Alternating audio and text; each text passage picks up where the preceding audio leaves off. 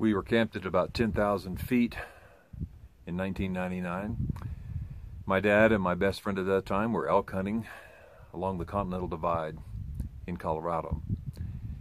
We had been hunting a few days and really hadn't had any luck at all.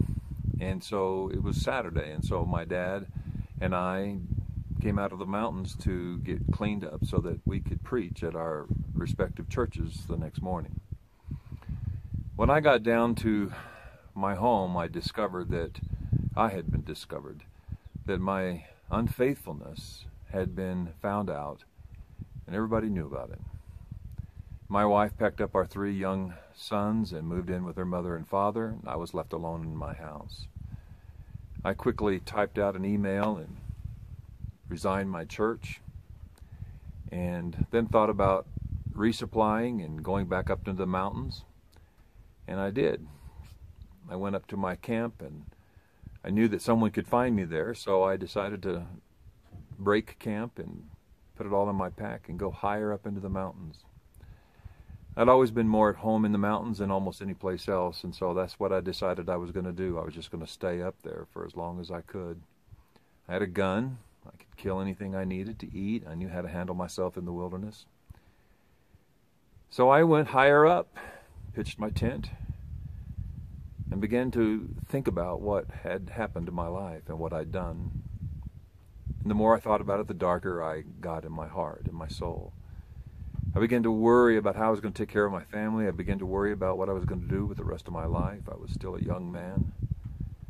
And I just could not imagine what a future might look like. I had invested everything in becoming a pastor. And the currency of a pastor is his ability to be trusted, and I had just spent all of that, and I was bankrupt. And so the more I sat there, the more my heart grew dark. And I began to wonder about having a hunting accident. And the insurance money could take care of my family and my boys, and everybody would be better off. And even I would be better off. My pain would end. Then I started thinking about that and how narcissistic that was, because here I was, high up in the mountains, really just trying to end my own pain management. I was just filled with self-pity.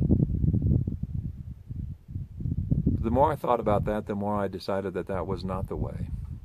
Something in me awakened, and love began to find a way to the surface. So I picked up the bullets from my gun and threw as far as I could out into the 3-foot deep snow. Then I packed a light pack, and I climbed the highest ridge I could find so I could get cell phone coverage, and I checked my cell phone messages, and there were about 10 of them. Most of them were angry. One of them was a plaintive call from my wife asking me to call her.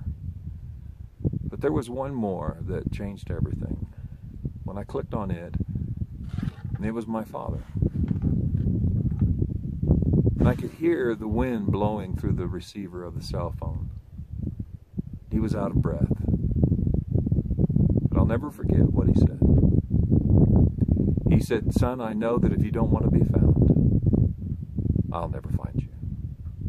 But I just wanted you to know that I'm up here walking these ridges looking for you, son. And I love you."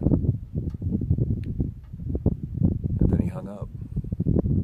I sat down in the snow beside a cairn, a pile of stones at the top of a ridge, and began to weep. Tears began to freeze on my cheeks, chilling me to the bone. I decided that I was going to go home. So I packed up my camp and I went down. At the trailhead, I was just pulling out with my Jeep, and I saw a truck coming towards me. And it was my dad. I unzipped my window and asked him what he was doing, and he said, "I've been coming up here every day looking for you." So I said, "I'm going to go back to Littleton and see if I have a family." He said, "Do you want me to go with you?" I said, "Yes." So we drove to Littleton and met with my wife. You know, my father has preached thousands of sermons, but none of them had the impact on me as the one that he walked on those windswept ridges of Colorado many years ago.